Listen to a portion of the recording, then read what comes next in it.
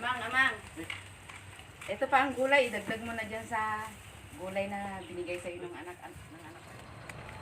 Nako. Wala pa kaming ulam ah. Sakto, may namimitas. Tara, nakapunta. Nakahingi ng ulam. A few moments later.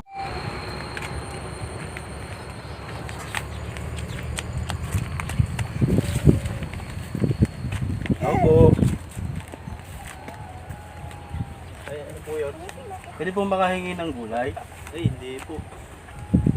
Binibenta rin po kasi sa amin na amo. Po. Taga saan po ba kayo? Dyan lang po sa malapit eh. Yung magulang mo, asan po? Ay, yung magulang ko po.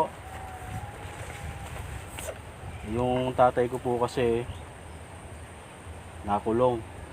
Tapos yung nanay ko kakalaya lang po. Bakit naman po? Ang naging ano po niya, naging kaso po nila, meron din po kasi kaming kapitbahay na nangihingi po yung nanay ko ng gulay.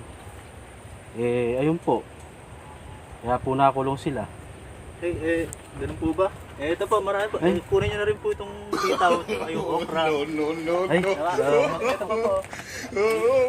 Baka po kumakain ng manok yung tatay. ay kumakain po. Kumakain po. Ito, tatapo tayo lang. Medyo maliliit na po yung baby. Ito, ako mga sold na po tayo. Yan, pwede na po yan. Amang. Ito pa ang gulay. Idagdag mo na dyan sa gulay na binigay.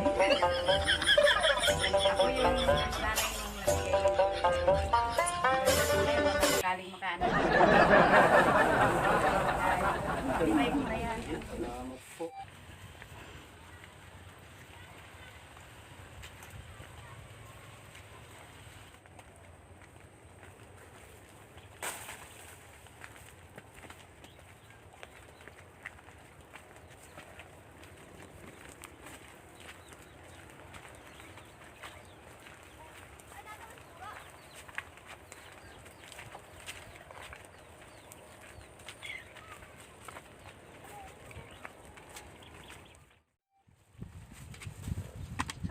Maraming salamat po sa gulay po na ibinigay nyo, tsaka po sa gansa kanina. Malaking tulong po sa amin yon.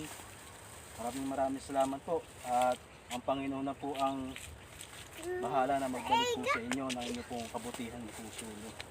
Kailan yan anak, mag-iingat ka Po, ha. maraming salamat Sunod po. po, balik na lang po ulit. Ay, ayun po, sige po. Thank you. Salamat po. Balain ka rin. Sana po ako.